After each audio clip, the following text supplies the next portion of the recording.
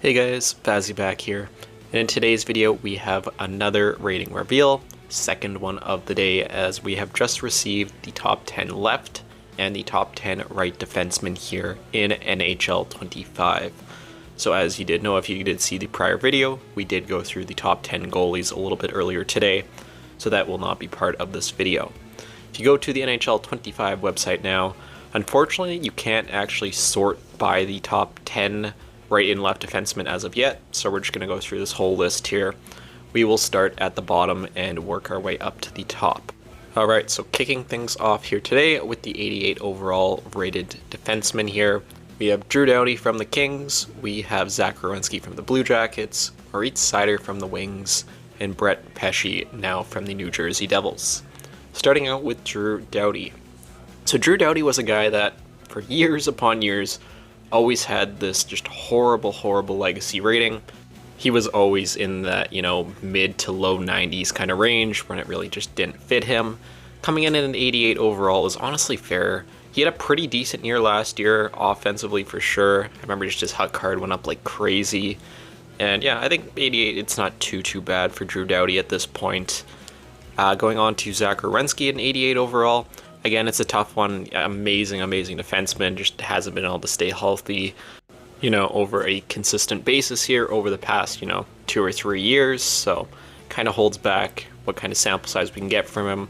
But, 88, 89 overall for Werenski, I wouldn't be too mad at. Moritz Seider at 88. That's a little bit high for me.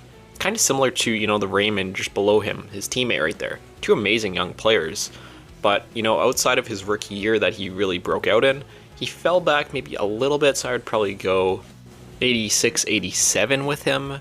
I'd probably go, probably 87 max at this point. He'll definitely get to, 88, 90 plus very early in franchise mode. But, that is where I would start him with anyway.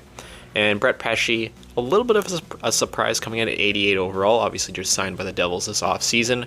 One of the best just defensive defensemen in the whole NHL. And I'm glad to see they're actually, giving him his respect for that. They're actually really kind of noticing that here. So I don't honestly hate 88 overall for him. I think I had him pretty similarly rated this past year. So let's continue to move on with our list here today.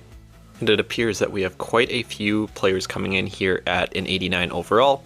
So we'll just start here with Evan Bouchard. And Bouchard, again, it's another tough one. If you look at just his points overall, the player that he's become for Edmonton, you can definitely say probably like almost 90 plus. But, the defensive side of the game there is just definitely not there with a guy like Evan Bouchard. So, 89, 90 overall, it's going to kind of depend on how you make him in game. If you make him a little bit better defensively and physically, you can definitely get him up to that rating. But I don't think it's too bad overall. John Carlson and really Pietrangelo here, I'll lock them together because I kind of look at them similarly. Two amazing defensemen here from this past era.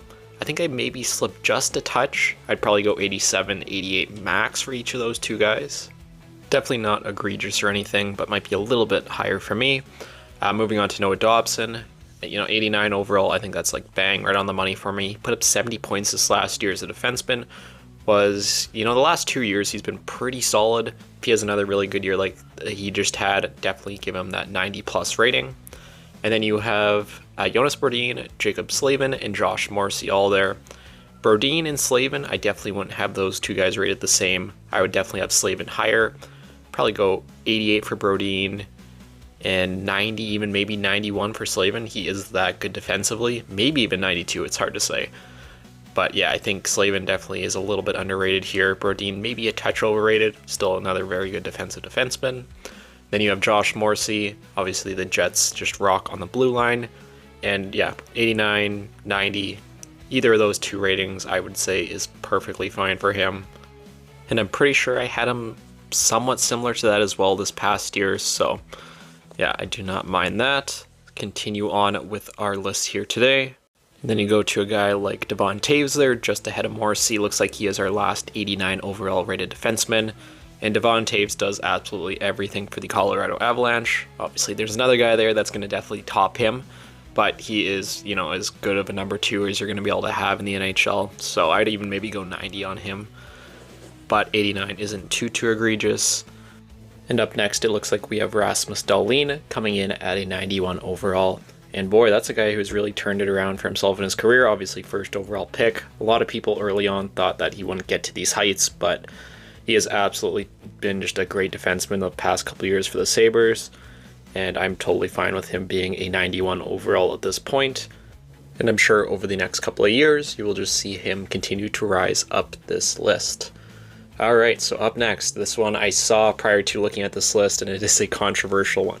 Adam Fox coming in at a 92 overall. This is way too low for Adam Fox, and EA does it each and every single year. He's definitely got to be up there in the top 3 for defensemen in my opinion. Probably right there with Quinn Hughes and Cale Makar. And with that, he minimum has to be a 93 overall. If not, for sure, I would probably end up going with a 94 overall. And I think it's the exact same thing that we saw last year. I'm pretty sure when the game first launched, he was 92 as well. Moving on to another 92 overall defenseman, we have Charlie McAvoy, and honestly, I think he slots in there perfectly. Another amazing defenseman. He can do it all on both ends of the ice, but definitely I think he, slots in below the top defenseman of a guy like Fox, of a guy like Makar, of a guy like Hughes. Continuing to move on here, we have Victor Hedman coming up once again at a 92 overall. And I love Hedman. He is one of my favorites once again, but 92 at this point is probably a little bit high. He's probably not at the point where, he's going to be an outright Norris favorite anymore. I would say probably give him closer to a 90. He has fallen a little bit, especially when you look at his defensive numbers and his defensive analytics. Not the same player that he was, just a couple of years ago. Up next here we have Miro Heiskanen at a 92 overall, and I'm totally fine with that. Again, him slotting in, right around that same range of a Charlie McAvoy, having a guy like Dahlin just underneath him. I think that, slots in pretty well for the top defenseman in the NHL. Next, you have Roman Josi at a 93. And honestly, I don't really have any complaints with that. 92, 93 overall. Again, he's over the past few years, he put up just insane amounts of points. He's still, pretty decent defensively. So I don't have any issues with him being there at this point in his career. We'll have to see if he can continue to keep that up over the next couple of years. Moving on here to Quinn Hughes, 94 overall. And, I'd maybe go him 93, Fox 94. I'd maybe go something like that or alternate the two. But honestly, a 94 again isn't too bad. Obviously, Norris Trophy winner. He is going to be the cover boy in this year's game. Puts up just an absolutely insane amount of points for the Canucks each and every year and is really their true quarterback on the blue line. So honestly, it's not a bad rating for Quinn Hughes whatsoever. He has truly grown into the player that I think, a lot of us thought he could be, and that rating does reflect that. Moving on now to our number 1 rated defenseman in game. No surprise, it is Cale Makar coming in at 95 overall. Obviously last year's cover boy holds on to that number 1 spot here for back-to-back years as the top rated defenseman in our NHL games. And yeah, there's no debate here. Cale Makar is the best defenseman in the world in my opinion, and this rating does that justice for him. So that is very good to see. Just go back here to Twitter real quick. Just want to see if they've revealed any other individual players or if they've shown off any of the other attribute stats. I know they did a little bit of that yesterday. If I continue to scroll down here, there's top 10 left, top 10 right defensemen just on their own individual graphics. But yeah, you saw Ovi there, got his own graphic yesterday. Kaprizov, you see Caulfield coming in at an 88 overall. Definitely a little bit high for me. And then also they did the top 10 fastest skaters, so expect something else like that to come out today. Probably not going to end up covering that, but I would expect one more announcement from EA at some point here today before the day is over. But I think overall that is going to do it for today's video, looking at the top 10 left and right defensemen in NHL 25. Definitely let me know, what do you guys think of all these ratings in the comments down below. Honestly, I think they have just generally and as a whole here been better than previous years. Again, it's not saying too much, but definitely let me know, what do you guys think in the comments down below. And I will see you all in the next video.